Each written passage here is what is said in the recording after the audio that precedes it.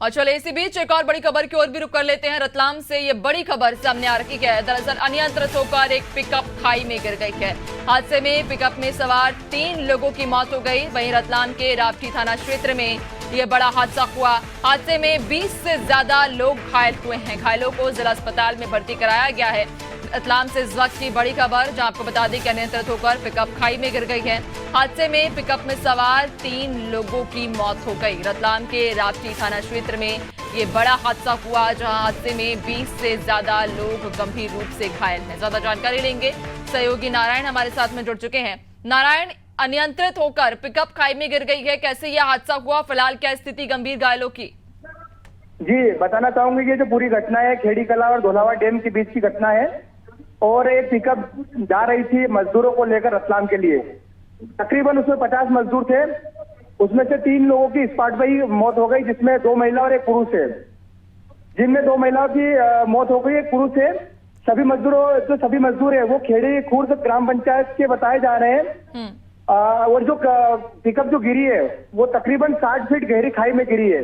तो कहीं ना कहीं हम देखें तो एक प्रश्न चिन्ह भी खड़ा होता है कि इस तरह से ओवरलोडिंग गाड़ियां जो चल रही है सड़कों पर, उनके ऊपर प्रशासन कब लगाम लगाएगा, क्योंकि ये बहुत बड़ा हादसा है।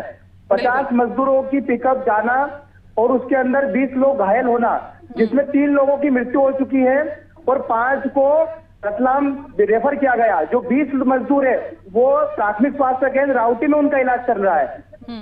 तो ये कहीं ना कहीं प्रशासन के ऊपर भी एक प्रश्न चिन्ह खड़ा कर रहा है कि इस तरह की लोडिंग गाड़ियों की परमिशन कहां से मिल रही है, कैसे गाड़ियां जा रही है और इनके ऊपर कब लगाम लगेगी, क्योंकि आए दिन ऐसी घटनाएं हो रही है। जी बिल्कुल, वाकई एक बड़ा सवाल बना रहेगा। लेकिन अगर घायलों की बात करें, जो इस हादसे में कहा जा रहा है कि 20 से ज्यादा लोग घायल हुए हैं, क्या स्थिति है उनकी और क्या इस पर फिलहाल किसी स्थानीय नेता के द्वारा कोई संज्ञान लिया गया? क्या कोई आर्थिक रूप से कोई सहायता का कोई ऐलान किया गया है? नहीं, अभी आर्थिक सहायता की कोई ऐसा ऐलान अभी जानकारी नहीं प्राप्त हो रही है। लेकिन 5 लोगों की हालत गंभीर है, जिनको जिला चिकित्सालय भेजा गया है। और 20 जो घायल है उनकी हालत ठीक है, ज्यादा इतनी गंभीर नहीं। उनका इलाज प्राथमिक स्वास्थ्य केंद्र रावटी में ही चल रहा है। और अभी कोई बयान निकल के सामने नहीं आया, लेकिन एसडीएम तहसीलदार ये जिला चिकित्सालय और ये यहाँ पर पहुंच रहे हैं। जी बिल्कुल, यानी कि फिलहाल स्थिति गंभीर नहीं है घायलों की, उनका इलाज जारी है। लगातार यहाँ पर जो स्थानीय प्रशासन है वो भी अलर्ट बना हुआ है, संज्ञान ले रहा है। बहुत शुक्रिया आपका जानकारी साझा करने